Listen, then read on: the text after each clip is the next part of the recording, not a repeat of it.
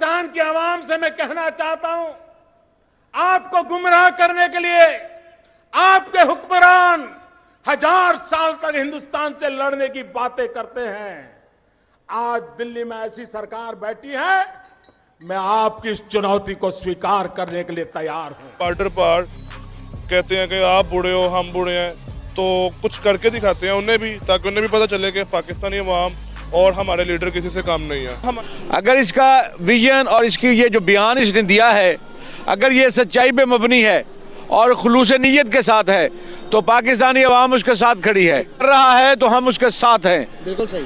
पाकिस्तान जिंदाबाद। हमारे सियासतदानों को थोड़ी शर्म खा लेनी चाहिए कि जो आबादी के लिहाज से बहुत बड़ा मुल्क है और वो इस वक्त हमसे फिर भी सेटल्ड है। फर्स्ट ऑफ ऑल तो नरेंद्र मोदी का जो पैगाम है ना, ये कोई एटम की जंग का नहीं है या बंदूक की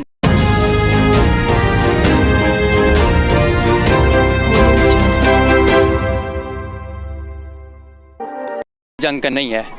जो उन्होंने जंग कही है ना, वो आने वाली हूँ नरेंद्र मोदी की, वो आपने स्टेटमेंट देखनी है और उसके बाद अपनी राय का इजहार करना है, क्योंकि नरेंद्र मोदी ने पाकिस्तान की आवाम को चैलेंज कर दिया। पहली बात तो ये, उसने कोई अच्छी बात की है तो उसका इजहार कर देंगे हम, वैसे उससे कोई अच्छे की उम्मीद नहीं है। आप पहले वीडियो देख लें फिर डिसाइड कीजिएगा। चल, पाकिस्तान की आवाम से मैं कहना चाहता हूं, आपको गुमराह करने के लिए आपके हुक्मरान 1000 साल तक हिंदुस्तान से लड़ने की बातें करते हैं। आज दिल्ली में ऐसी सरकार बैठी है, मैं आपकी इस चुनौती को स्वीकार करने के लिए तैयार हूं। पाकिस्तान की आवाम, मैं आपको कहना चाहता हूं, हिंदुस्तान आपसे लड़ाई लड़ने को तैयार है। आओ आओ, हिम्मत हो, आओ हिम्मत हो, तो लड़ाई उस बात की लड़े, देखे पहले कौन जीतता है। मैं पाकिस्तान के उन छोटे छोटे बालकों से बात करना चाहता हूं, आइए हम अशिक्षा के खिलाफ लड़ाई लड़े।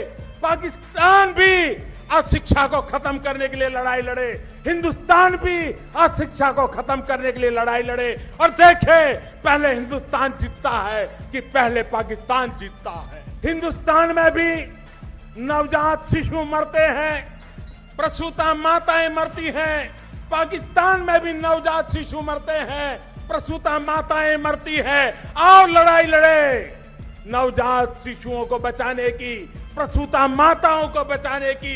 आप बचा करके दिखाओ, हम बचा करके दिखाएं, देखे कौन जीतता है। वीडियो देखी आपने, नरेंद्र मोदी की स्टेटमेंट सुनी, क्या कहेंगे अब आप? ये पहली बार इसने काफी सालों के बाद कोई अच्छी बात की है। इसके ऊपर अब हमारे सियासतदानों को भी गौर करना चाहिए। अगर उन्हें एक दूसरे को खाने से, लूटने से, बुरा भला करने से कोई फुर्सत मिल जाए, तो ये एक अच्छा चैलेंज है जो उसने हमें दिया है। इसमें हमारी आवाम का फायदा ना कि हम एक दूसरे को बॉर्डर पार कहते हैं कि आप बूढ़े हो हम बूढ़े हैं, तो कुछ करके दिखाते हैं उन्हें भी, ताकि उन्हें भी पता चले कि पाकिस्तानी अवाम और हमारे लीडर किसी से काम नहीं है। आपको पता है कि गुर्बत लानत है किसी भी मुल्क में हो, और ये हमारे मुल्क में हुक्मरानों की जिम्मेदारी है कि वो किसी मुल्क से गुर्बत को ख़त्म करें, वहाँ पे रोज़गार के मौके फ्राहम करें। अगर हम बात करें इंडिया की, तो इंडिया ऑलरेडी इस चैलेंज को जो है वो मेरा ख्याल है जीत चुका हुआ है, क्योंकि दुनिया की 5वीं बड़ी इकॉनमी वो बन चुका है। वो अपने लोगों को रोज़गार के मौके फ्राहम करता है। पाकिस्तान में आप देखें, ना तो इंडस्ट्रीज लग रही हैं, ना ही रोज़गार के मौके मिल रहे हैं। हमारी नौजवान नस्ल यहाँ पे पढ़ती है, लिखती है और बाहर चली जाती है नौकरी करने। बिल्कुल, ये तो देखे ना, हमारे सियासतदानों को थोड़ी शर्म खा लेनी चाहिए कि जो आबादी के लिहाज से बहुत बड़ा मुल्क है और वो इस वक्त हमसे फिर भी सेटल्ड है, तो इन्हें आपस में लड़ने से फुर्सत नहीं मिल रही है। अवाम क्या करेगी? तो बेहतर यही है, हम मेरा तो पैगाम हुक्मरानों को यही है, जो कि सुनते तो है नहीं है, कि आपस में उलझने से बेहतर है कि अवाम का सोचें। अगर अब हम रिजर्व की बात कर ले, तो इंडिया के $550 मिलियन के रिजर्व हो चुके हैं, और पाकिस्तान के रिजर्व कैसे देखते हैं आप इसको? अभी जो ये मोदी का बयान है, जिसमें उसने पाकिस्तानी अवाम को मुखातिब करके कहा है, क्या नौजवानों लड़ाई करें, किसके खिलाफ? बेरोजगारी के खिलाफ। कारोबार जो कि नहीं है उसको लाने के लिए जंग करें। अगर इस बंदे का ये विजन दिल से है तो हम इसके साथ देते हैं। अगर इसका विजन और इसकी ये जो बयान इसने दिया है, अगर ये सच्चाई पे मबनी है और खुलूस नीयत के साथ है, तो पाकिस्तानी अवाम उसके साथ खड़ी है। हम ये चाहते हैं कि दुनिया से गुर्बत ख़त्म हो, पाकिस्तान से गुर्बत ख़त्म हो, इंडिया से गुर्बत ख़त्म हो, हर इंसान को बुनियादी हकूक़ मिले, हर इंसान को बुनियादी ज़रूरियात ज़िंदगी मिले। ठीक है ना? नहीं, और पहले जब मैंने कहा था कि वो जंग करना चाहते हैं तो आप क्या समझे थे इसको?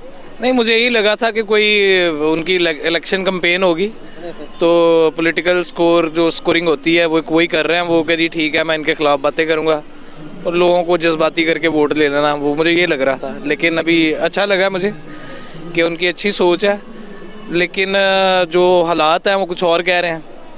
वहाँ पे जो मुसलमानों के साथ ये कर रहे हैं मोदी साहब, तो इनको चाहिए कि थोड़ी नरमी बरते हैं उनके साथ। लेकिन यहाँ पर हमें ये दिखाया जाता है कि वहाँ पर ये हो रहा है, लेकिन जब वहाँ के मुसलमानों से हम बात करते हैं, वहाँ से हमारा जब इंटरेक्शन होता है उनके साथ, तो वो कहते हैं भाई जहाँ पर तुम अब पाकिस्तान में जितने खुश नहीं हो, हम इतने इंडिया में खुश है। वो एक मिसाल देते हैं, हमें मिसाल इस तरह से देते हैं, कहते हैं कि भाई आप अपनी इकोनॉमी देख लो। कहते हैं कि आराम से मैं कहना चाहता हूं, आपको गुमराह करने के लिए आपके हुक्मरान 1000 साल तक हिंदुस्तान से लड़ने की बातें करते हैं।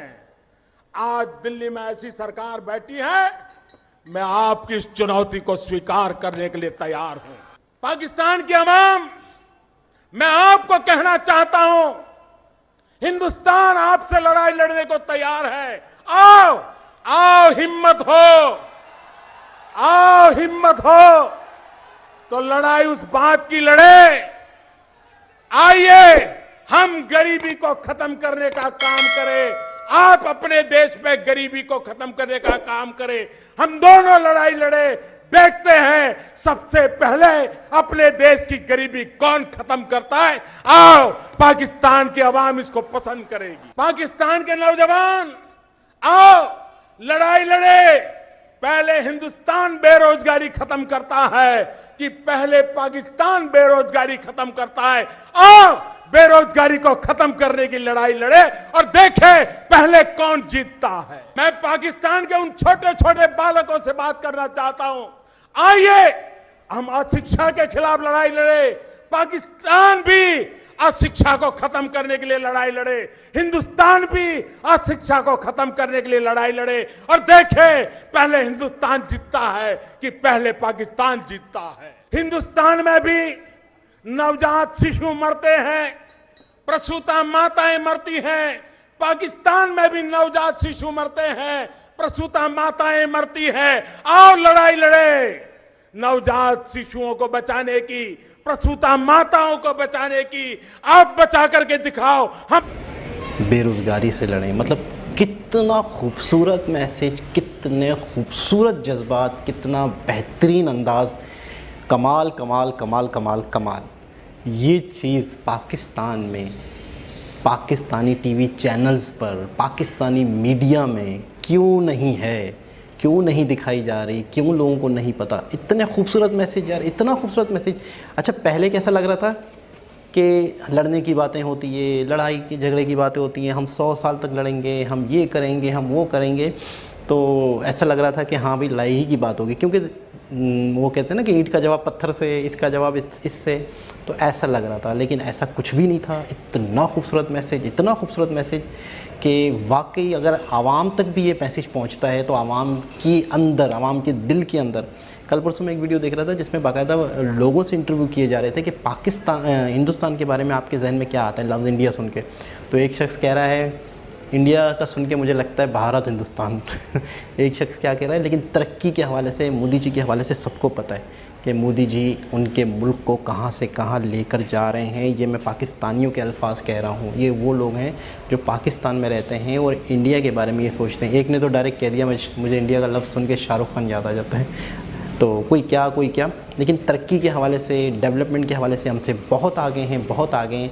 ये हर पाकिस्तानी तकरीबन अब जानने लग गया है सोशल मीडिया की वजह से, मैं समझता हूँ। जब मोदी जी को जहाँ तक मैं समझी हूँ तो मुझे ऐसा लग नहीं रहा था कि ऑफ़र करेंगे, बोलेंगे आओ लड़ लेते हैं, देखते हैं तुम्हें क्या दम है। मैं मतलब इस पाए के, इस किस्म के, इस टाइप के इंसान है नहीं, जहाँ तक मैं समझ पाई हूँ, पर्सनली जितना समझ पाई हूँ। तो मैंने बोला शायद आज बहुत गुस्से में आ गए, बहुत एग्रेशन में है और शायद कोई बात इनको पता चल गई है, कोई हमारी ढकी छुपी साजिश इनके सामने बेनकाब हो गई है या कुछ ऐसा प्लानिंग चल रही थी जो इनके खबरियों ने इनको इन तक पहुँचा दी थी। बहुत क्यूरियस हो गए, हमें डर गई आओ लड़े, मतलब अब ये हमारे तिक्का मोटी बना देंगे, हम 25 करोड़ वही